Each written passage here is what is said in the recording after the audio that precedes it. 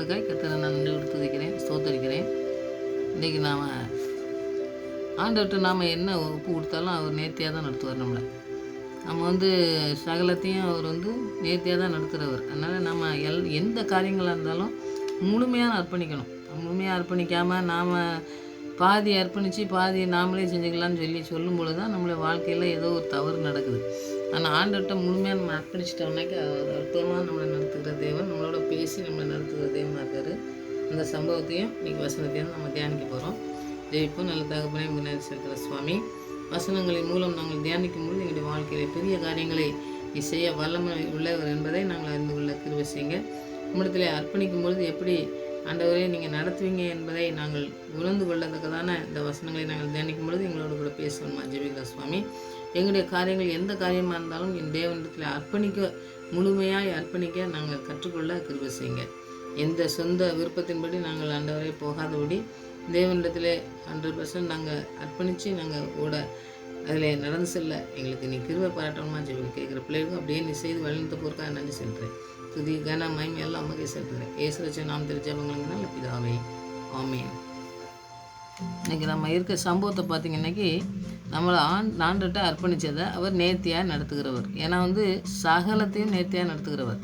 எந்தனாலும் சரி, எதுனாலும் சரி, நம்ம எந்த காரியமாக இருந்தாலும் சரி, இந்த காரியம் முடியும் அந்த காரியம் முடியாதுன்னு சொல்லி மனுஷங்கிட்ட போய் சொன்னீங்கன்னாக்கி அவங்களுக்கு ஒன்று தெரியும் ஒன்று தெரியாது. ஆனால் ஆண்டவர்கிட்ட அப்படி கிடையாது. நம்மளுக்கு என்ன தேவை அப்படிங்கிறத அவர் முன்மாவே அறிஞ்சிருக்கிற தேவனாக இருக்கிறதுனால நமக்கு என்ன தேவைங்கிறத நாம் சொல்கிறதுக்கு முன்னாடியே அவர் செய்வார். ஆனாலும் நம்ம அவர்கிட்ட கேட்குறத நம்ம கேட்டு நம்ம அர்ப்பணிக்கணும். முழுமையாக அர்ப்பணிக்கும் பொழுது அற்புதமாக ஆண்டவர் நடத்துவார். அந்த காரியங்கள் தான் இன்றைக்கி நம்ம தியானிக்க போகிறோம். ஜோசப்னு சொல்லி ஒரு நல்ல பக்தி உள்ள ஒரு குடும்பத்தில் ஒரு தகப்பனார் இருந்திருக்காரு. அந்த தகப்பனாருக்கு ஒரே ஒரு பையன். அவருடைய குடும்பங்கள் அவர் ஒரு மகனை வச்சு அப்படியே அவர் வளர்த்துட்டு இருந்திருக்காரு. நல்லா ஒரு பிஸ்னஸ் பண்ணியிருக்காரு. அவர் ஒரு பையன் நல்ல செல்லமாக வளர்த்து ஒருவேளை குடும்பத்தில் மற்றவங்க இல்லை அப்படின்னு வைங்க, தகப்பனார் மாத்திரம் பிள்ளைய வளர்க்குற குடும்பங்கள் நீங்கள் நிறையா பார்த்துருக்கலாம். நல்ல செல்லம் கொடுத்து அதாவது ரொம்ப கண்டிக்க மாட்டாங்க. ஏன்னா யாருமே அரவணைக்க ஆள் இல்லை, அதனால் சோர்ந்து போகும் பிள்ளைங்க அப்படின்னு சொல்லி அந்த பிள்ளைங்களை நிறைய பேர் வளர்க்குறவங்க என்ன செய்வாங்கன்னா செல்லம் கொடுத்து அவங்க இஷ்டப்படி வளர்கிற மாதிரிலாம் நிறைய காரியங்கள் செய்வாங்க. நீங்கள் பார்த்துருக்கலாம். நம்ம வாழ்க்கையில் நடக்கக்கூடிய காரியங்கள் தான் அந்த தகப்பனாரும் செஞ்சுருக்காரு. அவர் வளர்க்கும்போது அவன் ஆண்டவர்கிட்ட பயமும் கிடையாது, ஆண்டவர் பயமும் கிடையாது. வாழ் வயசுலேயே பார்த்திங்கன்னாக்கி ஆண்டவரை விட்டு போனது மாத்திரம் இல்லை, நிறைய பார்த்திங்கன்னாக்கி நிறைய கெட்ட காரியங்களில் போய் தவறுகள் பண்ணிவிட்டு நிறையா போலீஸில் அடி வாங்கிறது, போலீஸை அவங்க கொண்டு போய் ஜெயிலில் போடுறது, இந்த மாதிரி காரியங்கள்லாம் அந்த பையன் செய்கிறதுனால அவருக்கு இருதயமே உடைஞ்சிருந்தது. ஏன்னா ஆண்டவர்கிட்ட பக்தியாக வளர்த்து ஆண்டவருக்கு பிரியமானதாக வளர்க்கணும்னு சொல்லி ஒரு பையனை வளர்க்கும்போது அவன் தவறி போகும்போது நிறையா தகப்பன்னு பாருங்கள் அழுவாங்கள்ல, அந்த மாதிரி இவரும் அழுது என்ன இப்படி இருக்கானே அப்படின்னு சொல்லி அழுதுருக்காரு. ஒவ்வொரு நாளும் இந்த வேண்டாத அதாவது கொலை பண்ணுறது, கொள்ளடிக்கிறது, இந்த மாதிரி நிறையா கொடூரமான காரியங்களை செஞ்சுட்டு அவங்க எப்பவுமே அடிக்கடி ஜெயிலில் போடுறது அது வழக்கமாக ஆகிப்போச்சு. அதுக்கு பின்பு பார்த்திங்கன்னா அந்த மகனை வெளியே கொண்டு வர்றதுக்கு இவர் நல்ல பண வசதி இருக்கிறதுனால அவங்க போட்டு போலீஸ்காரர்கள்லாம் போய் நிறைய திருப்பு அந்த ஐயாவை தேடி போய் வீட்டுக்கெலாம் போக ஆரம்பிச்சிட்டாங்க. போக ஆரம்பித்து ஓயாமல் அவன் பையன் தவறு செஞ்சுட்டு இப்படி ஜெயிலில் இருக்கான், அவனை நீங்கள் எப்படியாவது நீங்கள் ஜாமீனில் எடுத்துகிட்டு போங்க அப்படின்னு சொல்லி நிறைய திருப்பு அவர்கிட்ட போய் கேட்க வீட்டுக்கு போயிருக்காங்க. இவருக்கு என்ன தெரியும்னு தெரியல, ரொம்ப கண்ணீர் வெடித்து அழுதுருக்காரு. ஏன் ஆண்டவரே, நான் இப்படி கெட்ட தொழிலுக்கு போய் அந்த மாதிரி போலீஸுக்கு போய் எல்லாம் பண்ணிவிட்டு போலீஸ்காரங்க என் வீட்டில் கூப்பிட்டு இந்த மாதிரி ஜாமீனில் எடுத்துக்கன்னு சொல்லி கேவலமாக கேட்காங்களே, எனக்கு நான் உமக்கு பயந்துருக்கேன், ஆனால் இவன் இப்படி இருக்கான், எனக்கு கெட்ட பேர். பக்கத்தில் இருக்கவங்களாம் எப்படி நினைப்பாங்க, நீங்கள் நம்ம யோசனை பண்ணி பார்ப்போம். பக்கத்தில் இருக்கவங்கலாம் பிள்ளைங்கள்லாம் ஜெயிலுக்கு போயிட்டு வந்தாங்கன்னா எப்படி நினைப்பாங்க பாருங்கள். அந்த தகப்பனார் ஒரு நாள் கண்ணீர் விட்டு ஆஃபீஸில் இருந்துட்டு அழுதுருக்காரு. அழுத போது ஆண்டவர் பேசுகிறத அவர் அந்த சத்தத்தை கேட்டிருக்காரு. என் மகனே, நீ எவ்வளோ அந்த பையனுக்காண்டி ஏன் அழுதுகிட்டு இருக்க, நீ அழுதுகிட்டே இருக்கிறது போதும், நீ அவனுக்காக கவலைப்படாத, நான் உன் மகனுக்கு பொறுப்பெடுத்து நான் அவனை எப்படி நடத்தணும்னு சொல்லி நடத்தேன். நீ என்னிடத்துல ஒப்புவிக்கணும். ஆனால் என்கிட்ட ஒப்புவிச்சுட்டு நீ உன்னுடைய இஷ்டப்படி இந்த பணத்தை கொடுக்குறது மற்ற எந்த காரியமும் நீ செய்யவே கூடாது. அதுதான் செஞ்சுருக்காரு. அது செஞ்சனால தான் இந்த பையன் இப்படி போயிருக்கான். ஆண்டவர் அவரை சொன்னது, நீ என்கிட்ட ஒப்புவி, உன்னுடைய விருப்பத்தின்படி உன் பையனை வளர்க்குறதுக்கு நீ செய்யக்கூடாது அப்படின்னு சொல்லி ஆண்டவர் சொன்ன காரியங்கள் வந்து அவருடைய சத்தம் கேட்டுக்குது. ஜெபிக்கும் பொழுது அவருக்கு வந்து ஒரே சந்தோஷம், சமாதானம். ஆண்டவர் வந்து இப்படி சொல்லியிருக்காரு, அப்போ நமக்கு வந்து நாம் ஒன்றுமே செய்ய வேண்டாம், ஆண்டவரே பார்த்துக்கிடுவாருன்னு சொல்லிட்டு அவருக்கு உடனே ஒரு சந்தோஷம் வந்து, ஆண்டவரே நான் வந்து உங்கள் கையில் ஒப்புவிச்சிருவேன், இனிமேல் என் பையன் கிடையாது அவன், இனிமேல் இன்னைக்குலேருந்து உம்ம பையன் அவன், நீரே அவனை பார்த்து பொறுப்பெடுத்துக்கணும் அப்படின்னு சொல்லி அந்த தகப்பனார் வந்து ஒப்புவிக்காரு. அதுக்கு பின்பு அநேக தடவை போலீஸ்காரங்க வந்து நீங்கள் ஜெயிலில் வந்து இருக்கான் பையன், பணத்தை கொடுங்க, எடுத்துகிட்டு போங்கன்னு சொன்னோம்னா அவர் என்ன செஞ்சார், நம்ம ஆண்டுகிட்ட அர்ப்பணிச்சிட்டார் பார்த்தீங்களா. அப்போ என்ன சொல்லியிருக்காரு, இந்த ஜார்லின்னா யார் அப்படின்னு போலீஸ்காரங்கிட்ட கேட்கும்போது அவங்க என்ன நினைப்பாங்க பாருங்கள், என்னடா பையனை பார்த்து இப்படி யாருன்னு நம்மகிட்ட கேட்காங்களே அப்படின்ட்டு. அதுக்கு பிறகு பார்த்தோன்னா எனக்கு அப்படிப்பட்ட ஒரு மகன் இல்லவே இல்லை அப்படின்னு சொல்லி அவர் சொல்கிறார். இப்போ இவங்க கேட்கும்போது இவங்களுக்கு என்ன நடந்திருக்கு பாருங்கள், அவர் எத்தனையோ திரும்ப போய் பேசிட்டு வந்திருக்காங்க. இப்பவும் அதை போய் சொல்லும் பொழுது பார்த்திங்கன்னாக்கி அவருக்கு வந்து அந்த போலீஸ் அவங்கெல்லாம் எல்லோரும் நிறைய சேர்ந்துட்டு என்ன சொன்னாங்க, இந்த மகனை ஓயாமல் நம்ம சொல்லி இந்த கொடூரமாக இருக்காருன்னெலாம் சொல்லி ஜெயிலில் இருக்கான்னு சொல்லி ரொம்ப பேசி அதை கேட்டு அந்த கவலையெல்லாம் இவருக்கு வந்து பைத்தியம் பிடிச்சிட்டு போகுது அப்படின்னு சொல்லி பேசிட்டு சிரிச்சிருக்காங்க. சிரிக்க ஆரம்பித்தோடனே அவங்க வந்து அதையும் வந்து அவர் வந்து என்ன செய்யலை கேட்டு அது நம்ம ஆண்டுகிட்ட அர்ப்பணிச்சாச்சு. அப்போ நம்முடைய வாழ்க்கையில் பார்த்திங்கன்னா சில காரியங்கள்லாம் நம்ம ஒப்பு கொடுக்காமல் இருக்கிறதுனால, நாமளே தலையில் தூக்கி போட்டுட்டு நாமளே இருக்கிறதுனால சில கஷ்டங்கள் நம்ம வந்து தீர்க்க முடியாமல் இருக்கலாம். நம்மளோட ஆண்டவர் பேசினார்னா கண்டிப்பாக அதை நம்ம அர்ப்பணிச்சிட்டோம்னா கண்டிப்பாக ஆண்டவர் வந்து நேர்த்தியாக நடத்தி நம்மளை கரை சேர்க்கறதுக்கு அவர் உண்மை உள்ளவர். ஏன்னா மனுஷன் வந்து வாக்கு மாறிடுவான், ஆண்டவர் ஒரு நாளும் வார்த்தையை மாறவே மாட்டார். நம்ம அர்ப்பணிச்சிட்டோம்னாக்கி நீ அர்ப்பணின்னு சொன்னார், அவர் அற்புதமாக நடத்துவார்னு சொல்லி இந்த தகப்பனில் எவ்வளவு பாருங்கள், எவ்வளோ தைரியமாக இருந்து போலீஸில் என் பையனே இல்லை அப்படின்னு சொல்லியிருக்காரு. திருப்பி அதோடு நிறுத்தலை. பிசாசானவன் எந்த காரியங்களையும் நம்மகிட்ட செய்யும்பொழுது பார்த்திங்கன்னாக்கி உடைக்கக்கூடியது நம்மளால் தாங்க முடியாத காரியங்கள்லாம் செய்வான். ஆனால் நாம் ஒப்புவித்ததில் முழுமையாக இருந்தோம்னா மாத்திரம்தான் ஆசீர்வாதத்தை சுதந்திரத்துக் கொள்ள முடியுங்கிறதான் இந்த சம்பவத்தில் அந்த தகப்பனார் செஞ்சதை நம்ம பார்க்கலாம். அது மாதிரி நம்முடைய வாழ்க்கையில் நம்ம நடந்து செல்வதுக்கு தான் அந்த தியானிக்கும். அவங்க வந்து பார்த்திங்கன்னா சில மாதத்துக்கு பின்பு போய் போலீஸ்காரங்க வந்து உன் மகன் ஆற்றுல விழுந்து செத்து போயிட்டான், அவனை வந்து இந்த சடலத்தை எடுக்கணும்ல, அதுக்கு நிறைய ஆயிரக்கணக்கான ரூபா ஆகும், அதுக்கு எதாவது பணத்தை கொடு அப்படின்னு சொல்லி கேட்டிருக்காங்க. கேட்டோன்னே பார்த்தோன்னா சார்லிங்க மகனே எனக்கு கிடையாதுன்னு நான் சொல்லியிருக்கேன் ஏற்கனவே, அவனை வெளியே எடுக்கணும்னாக்கி எங்கள் இஷ்டம்தான், நீங்கள் எடுத்து அவனை பிதைக்கணுமா என்ன செய்யணுமோ அது செய்யுங்க, எனக்கு அதை பற்றி கவலையும் கிடையாது, அவன் என் பிள்ளை இல்லைன்னு சொல்லிட்டேன்ல அப்படின்னு சொல்லி அவர் சொல்லிட்டார். இப்போ போலீஸ்காரங்களுக்கு என்ன செய்யன்னு தெரியல, ஏன்னா சடலாம் உள்ள உன் பையன்னு சொல்லிட்டாங்க. ஆனால் நாம் வந்து இதை எடுத்தான் ஆகணும் எப்படின்னு சொல்லி சடலத்தை எடுத்து பார்த்தாங்கன்னாக்கி அது வேறு யாரோ ஒரு பையன் மறித்து போயிருக்கான். எடுத்துகிட்டு அதை போட்டுட்டு அவங்க அது பிறகு என்ன பேச முடியும், அது பிறகு பேச முடியலை. இவர் வந்து பணத்தை கொடுக்க போகிறதும் கிடையாது. அதனால் போலீஸ் மூலமாக வந்து மறித்து போயிட்டான்னு சொன்னதும் போகும் கூட அவர் வந்து ஆண்டுகிட்ட அர்ப்பணிச்சிருந்தது. அதுதான் நம்ம இந்த காரியத்தில் நம்ம தியானிக்க வேண்டியது. ஏன்னா ஆண்டுகிட்ட அர்ப்பணிச்சாச்சு, அவன் மறித்து போனான்னா திருப்பி இந்த ஆபிரகாம் மாதிரி தான், நீ வந்து உன்னை வந்து வானத்து நட்சத்திரம் போல் நான் வந்து உன்னை ஆசிரியப்பேன்னு சொல்லிட்டு ஆண்டவர் ஆசிரியருக்கு கூப்பிட்டு போகிறாரு. அப்புறம் ஒரு பையன் தான் இருக்கான், அந்த பையனையும் கொண்டுட்டோம்னாக்கி திருப்பி எப்படி ஆசீர்வாதம் சந்ததி வரும் அப்படிங்கிறத ஆபிரகாம் நினச்சிக்கிட்டு தான் பலிவிட போனோன்னா போகிறான். அந்த நம்பிக்கை விசுவாசத்தில் போகிறாரு பார்த்தீங்களா. அந்த மாதிரி தான் இந்த தகப்பனாரும் இருந்திருக்காரு பாருங்கள். இருந்து அங்கே மறித்து போயிட்டோம்னா சிலர் பாருங்கள் எத்தனை கவலைகள் எத்தனை சண்டை பிரச்சனைகள் இருந்தாலும் குடும்பத்தில் மறித்து போயிட்டாங்கன்னு உடனே அழுவாங்க பார்த்தீங்களா. அந்த மாதிரி காரியங்கள் இவன் செய்யவே செய்யலை. மறித்தாலும் போகட்டும், அது ஆண்டவர் பார்த்துக்கிடுவார் அப்படின்னு சொல்லிட்டாரு. அப்புறம் ஒரு 3 மாதம் கழித்து பார்த்திங்கன்னாக்கி அவருடைய அலுவலகத்தில் இருக்கார். அவர் இருக்கும்போது கதவை யாரும் தட்டுதாங்க. கதவை தட்டினோடனே அங்கே வந்து அந்த ஒரு ஆள் அவங்க உதவியாளர் வச்சுருப்பாங்க பார்த்தீங்களா. அவர் வந்து சொல்கிறாரு, யாரோ உங்களை பார்க்க ஒரு ஆள் வந்திருக்காரு, வாலிப தம்பி, யாருன்னு தெரியல அப்படின்னு சொல்லி அவர்கிட்ட வந்து போய் சொல்கிறாரு. சரி நான் வெளியே வரேன் அப்படின்னு சொல்லிட்டு அவர் வெளியே திறந்துட்டு இப்போ கதை திறந்துட்டு வெளியே வந்து பார்த்தா நல்ல ட்ரெஸ் போட்டு நல்ல அழகிய உடை உடிச்சு நல்ல ஒரு வாலிப பையன் வந்து நிற்கிறத பார்க்காரு. பார்த்துட்டு இருக்கும்போதே அவன் வந்து அவரை பார்த்த உடனே அவருடைய காலில் வந்து விழுந்துடுறான். பார்த்தோன்னே இவருக்கு வந்து அவனை அடையாளம் தெரியலனாலும் இவனுக்கு வந்து அப்பா தெரியுமில்ல. அதனால் அப்பா நான் தான் உங்கள் மகன் சார்லி, என்ன உங்களுக்கு அடையாளம் தெரியலையாப்பா அப்படின்னு கேட்கும்போது இவர் என்ன சொல்லுவார் பாருங்கள், அப்போ அப்போ எவ்வளோ உறுதியான விசுவாசத்தில் இருந்திருக்காருன்னு பாருங்கள். அந்த மகனை எப்படி ஆண்டவர் வந்து கொண்டு வந்திருக்காருங்கிறது தான் நம்ம இந்த தியானிக்கணும். இப்போ அவன் வந்து சொல்கிறான் பாருங்கள், அந்த அப்பா நான் வந்து இவ்வளோ கொலை அந்த மாதிரி போலீஸு ஜெயிலு அந்த மாதிரி அலைஞ்சிட்டு இருக்கும்போது ஒரு நாள் தற்செயலாக எனக்கு ஆண்டவர் ஒரு தொடுதலை நான் உணர்ந்தேன். ஒரு மிஷினரி மூலமாக எனக்கு எதிர்பாராதமாக ஒரு தேவன் வந்து ஒரு புதிய மனுஷனாக மாற்றி என்னை ரட்சிப்புக்குள்ளே கொண்டு வந்து என்னை வந்து அபிஷேகம் பண்ணி என்னை நடத்தினார். அதை நான் பார்த்தேன். அது அந்த மனுஷன் இப்படி இருக்கிறத பார்த்து கடைசியில் ஆண்டவர் வந்து எனக்கு ஒரு வேலையை வந்து வாங்கி தந்தார். அந்த வேலையை நான் செஞ்சுட்டு நல்ல வேலையை செஞ்சுட்டு நான் ஒரு புது மனுஷனாக நான் மாறிட்டேன். ஆண்டவருக்குள்ளே ஆண்டவர் நீங்கள் எப்படி பக்தி உள்ள வாழ்க்கை வாழணும்னு சொல்லி என்ன வளர்த்தீங்களோ அந்த வாழ்க்கையில் நான் இன்றைக்கி வர்றதுக்கு ஆண்டவர் எனக்கு உதவி செஞ்சு ஒரு மிஷினரி மூலமாக எனக்கு உதவி செஞ்சார். அதனால் இன்றைக்கி வேலையும் நான் நல்ல வேலையில் இருக்கேன், நல்லா சம்பாதிக்கேன், நல்ல பையனாக உங்களுக்கு பிரியமான பிள்ளையாக நான் வந்து வாழ்றதுக்கு நான் செலக்ட் பண்ணி நான் வந்து இருக்கேன் இன்றைக்கி. அதனால தான் நான் உங்களை பார்க்க வந்தேன்ப்பா அப்படின்னு சொல்லி சொல்கிறான். இப்போ சொன்னோன்னே ஜோசப்பின் உள்ளே வந்து இந்த ஜோசப் அவர் தகப்பன் இருக்கிறதுல அவருக்கு மகிழ்ச்சினால் பொங்கி அவருக்கு வந்து என்ன பேசுகிறதுனே தெரியாமல் பையனை அணைச்சிக்கிட்டு சொல்கிறாரு. அவர் சொன்னது, ஆண்டவரே ஜாலியாக உங்கள் கையில் நான் ஒப்புவிச்சிட்டேன். அவர் உமா மகன் சொல்லி நான் ஏற்றுக்கொண்டு அவனை வந்து என்ன செஞ்சிட்டாரு, நீர் வந்து அவனை மாற்றிட்டீர். அதாவது முழுமையாக மாற்றி அவனை வந்து உம்முடைய பிள்ளையாக மாற்றிட்டீங்களா ஆண்டவரே, உமக்கு நன்றி அப்படின்னு சொல்லி அவருக்கு நன்றி செலுத்தி அவரை வந்து பையனை வந்து ஆண்டவர் எப்படி நடத்தினாருன்ட்டு ஆண்டவருக்கு நன்றி சொல்லி பையனை அணைச்சிக்கிட்டாருன்னு சொல்லி நம்ம பார்க்கணும். அப்போ இந்த சம்பவம்லாம் நடந்த சம்பவம். அதனால் நம்ம வந்து நம்முடைய வாழ்க்கையில் நடக்கிறது தான்.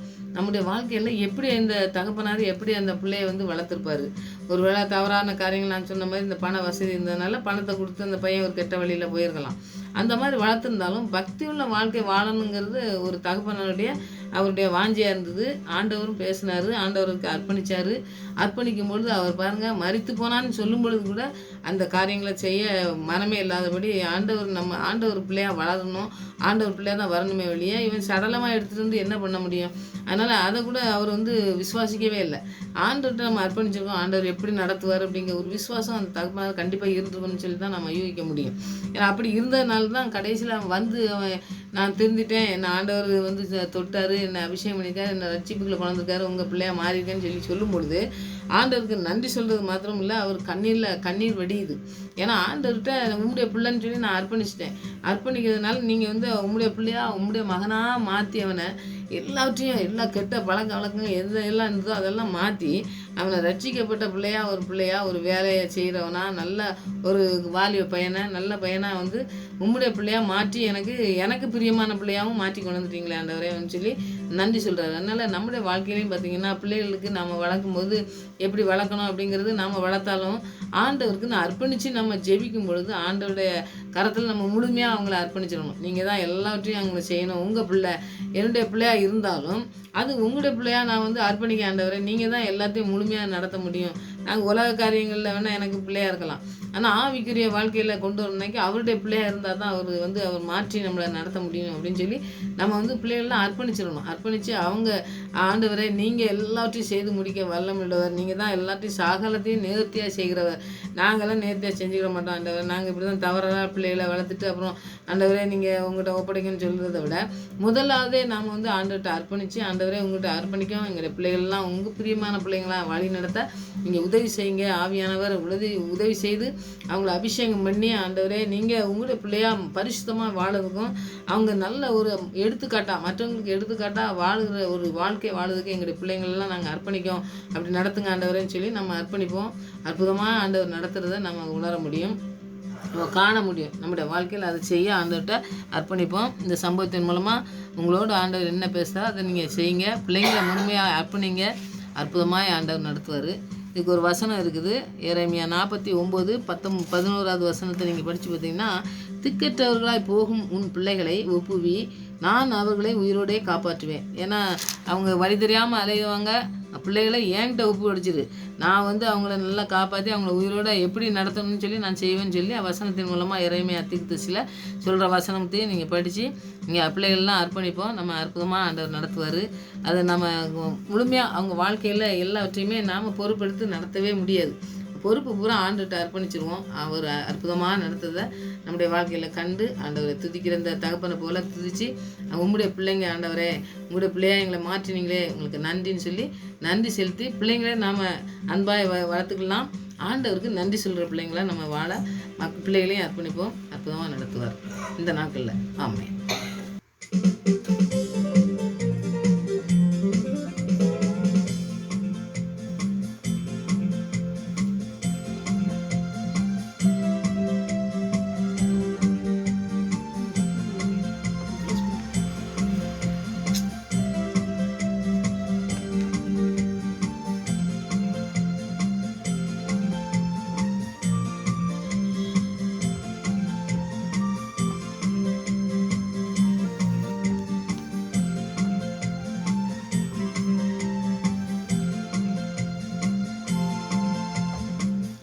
தேடி இயேசு வந்தா, இந்த வாழ்வை மாற்றி விட்டா.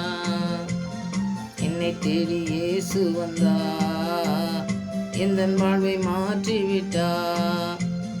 அல்லேலூயா நான் பாடுவேன், அல்லேலூயா நான் பாடுவேன்.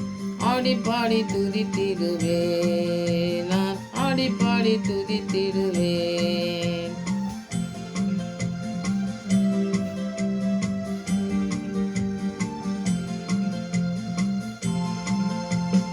மகனானே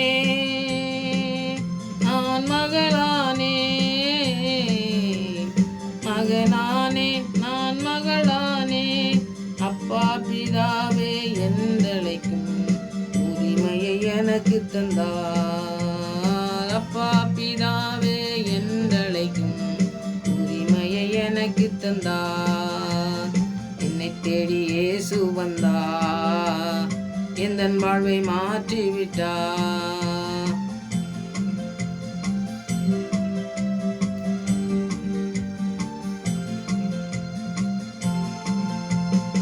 ஆவி தந்தார், தூய ஆவி தந்தார், ஆவி தந்தார், தூய ஆவி தந்தார்.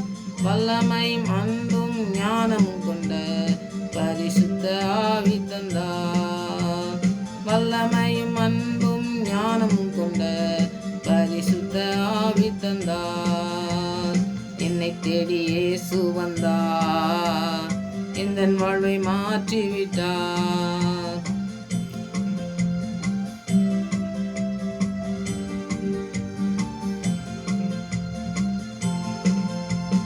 சுகமானே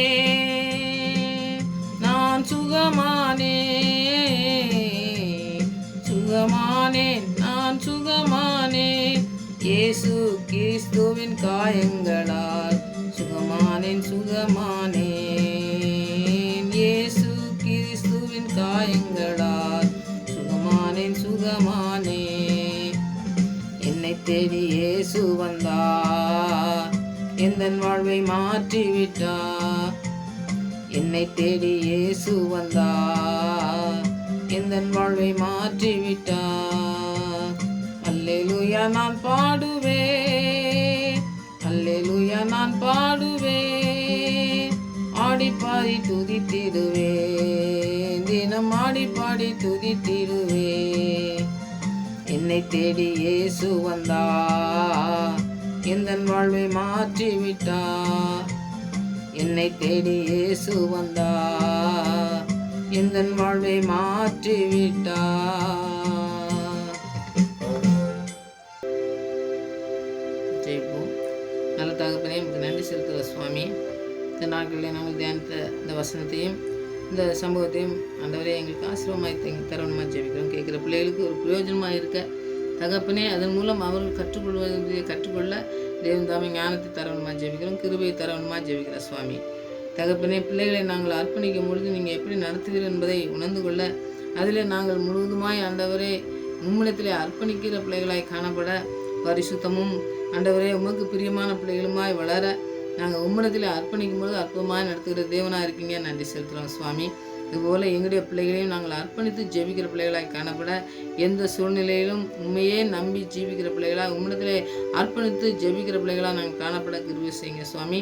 நீங்கள் அனைத்தையும் நடத்துகிற தேவன், நேர்த்தியாய் நடத்துகிற தேவன், சகலத்தையும் நேர்த்தியாய் நடத்தி ஆண்டவரே ஒரு பொழுதும் குறைவில்லாதபடி நடத்துகிற தேவன், உம்மிடத்தில் அர்ப்பணித்ததை நீங்கள் கடைசி வரை எங்களை நடத்துகிற தேவனாக இருக்கிறபடியால் உம்மிடத்திலே அர்ப்பணிக்க கிருபை செய்யுங்க. சிலுவையில் எங்களுக்காக சிந்தின அந்த இரத்தம் எங்களை முற்றிலுமாய் ஆண்டவரே விடுதலை செய்வதற்காக என்பதை நாங்கள் உணர்ந்து கொள்ள கிருபை செய்யுங்க. எல்லாவற்றையும் செய்து முடித்து ஆண்டவரே மரணத்தின் கூரை உடைத்து எல்லாவற்றையும் அந்த பாதாளத்தின் திறவுகளை உடையவராய் எங்களோடு கூட வாசம் பண்ணுகிறவராய் இருக்கிறபடியா நன்றி செலுத்துகிற சுவாமி. எங்களுடைய குறைகளை எல்லாவற்றையும் நிறைவாக்கி தர வல்லமுள்ள தேவனாக இருக்கீங்க. நன்றி. எங்களுடைய வாழ்க்கையில் எல்லாவற்றையும் நாங்கள் அர்ப்பணித்து ஜெபிக்கும் பொழுது எல்லாவற்றையும் நேர்த்தியாய் செய்து முடிக்கிறவராய் இருக்கிறீர் என்பதை நாங்கள் உணர்ந்து கொள்ள கிருபை செய்யும். அந்த சிலுவையின் காட்சியை எங்களுக்கு கண் முன்பாக வைத்து ஆண்டவரே எங்களுக்காக செய்த அந்த தியாகத்தை நாங்கள் நினைத்து எல்லாவற்றையும் எங்களுக்காக செய்து முடித்திருக்கீங்க என்பதை உணர்ந்து நாங்கள் முழுவதுமாக உம்மிடத்தில் அர்ப்பணிக்க எங்களுக்கு கிருபை செய்யுங்க. எங்களை கொண்டு என்ன ஆண்டவரே நீங்கள் வைத்திருக்கீங்களோ, திட்டம் வைத்திருக்கீங்களோ, தீர்மானம் வைத்திருக்கீங்களோ, அழைத்திருக்கீங்களோ சுவாமி, அந்த அழைப்புக்கு பங்குள்ள பிள்ளைகளாக நாங்கள் மாறி உம்முடைய நாமத்தை உயர்த்துகிற பிள்ளைகளாக காணப்பட கிருபை செய்யுங்க. நீ எப்படி செய்த பொருட்காக நன்றி செலுத்துகிறோம்.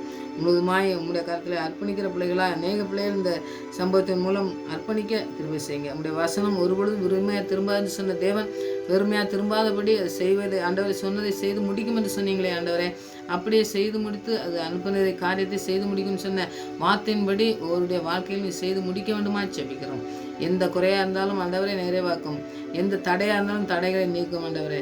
எல்லாவற்றையும் நேர்த்தியாக செய்து முடித்து இந்த நாட்களிலே மகிழ்ச்சியாய் பிள்ளைகளை ஆண்டவரை காண கிருபை. பிள்ளைகளுடைய வாழ்க்கையிலே பரிசுத்தம் ஆண்டவரே அநேக பிள்ளைகளுக்கு ஆண்டவரே ஆசீர்வாதமாக இருக்கவும், அநேக பிள்ளைகளுக்கு அவங்க முன்மாதிரியாக நடக்கவும் நீங்கள் எல்லாமே நடத்தி செல்லணுமா ஜெபிக்கிறோம் ஆண்டவரே. எங்களுடைய வாஞ்சையை நீங்கள் அறிந்திருக்கிறீர், இதை அப்படியே செய்து முடிக்க வல்லமுள்ள தேவனாக இருக்கீங்கன்னு நன்றி செலுத்துகிறோம். பிள்ளைகளை நாங்கள் அர்ப்பணிக்கிறோம், பொறுப்பித்தவங்க எங்கள் ஜெபத்துக்கெல்லாம் பயன்படுத்தோம்னா நன்றி. மறுபடியும் நம்முடைய சமூகத்தில் வரும் வரை எங்களை காத்து வழிநடத்தமாக ஜெபிக்கிறேன். துதிக்கான மயமெல்லாம் செலுத்துகிறேன். இயேசு ரட்சகன் நாமத்தில் ஜெபங்களுக்கு நல்ல பிதாவே, ஆமென்.